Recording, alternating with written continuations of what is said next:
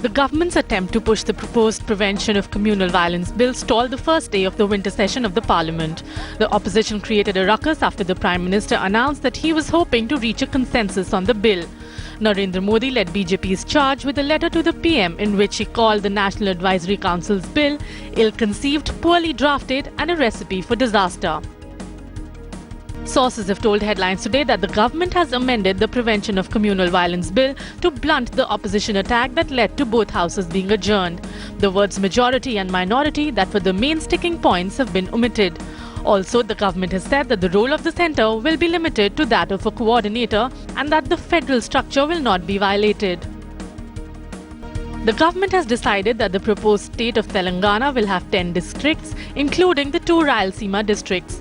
The decision was taken at a cabinet meeting today. Earlier, the group of ministers had put forward the option of including Kurnool and Anantapur districts in the new Telangana state. The government has decided to stick to the Congress Working Committee resolution rather than the GOM's proposal. The TRS had called for a 24-hour bandh protesting the inclusion of Rayalaseema districts into Telangana. Goa Chief Minister Manohar Parrikar has denied charges of influencing investigations in the Tarun Tejpal sexual assault case. Speaking exclusively to Headlines Today, Parrikar said that Tehelka magazine also needed to be probed for financial irregularities. He also insisted that the Goa police has a watertight case against former Tehelka editor Tarun Tejpal. Self-styled godman Asaram's son Narayan Sai was produced in Surat District Court today. Sai, who is accused of sexually assaulting a Surat-based woman at his ashram from 2002 to 2005, was brought to the city from Delhi. Sai, who was evading arrest for nearly 2 months, was arrested on Wednesday along with 2 of his close aides while he was trying to pass off as a turbaned Sikh while travelling from Ludhiana to Delhi. The Sensex surged over 249 points to end at 20,957.81 after exit polls predicted a strong showing by the BJP in recently concluded assembly elections in the 4 states.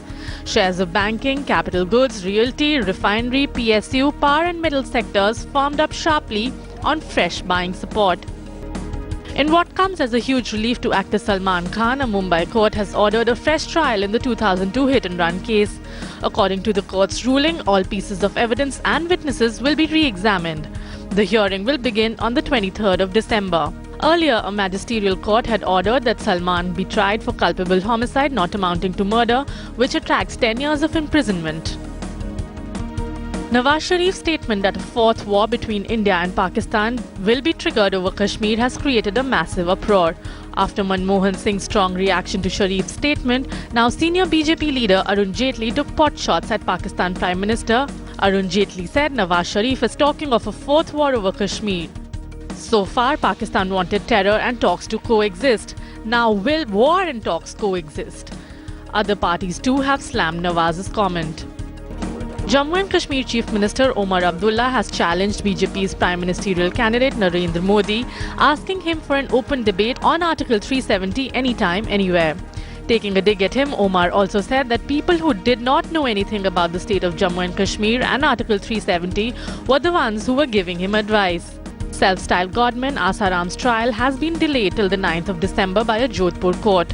This because the state police is busy with election duty. Asaram Bapu and 4 others are accused of sexually assaulting a minor.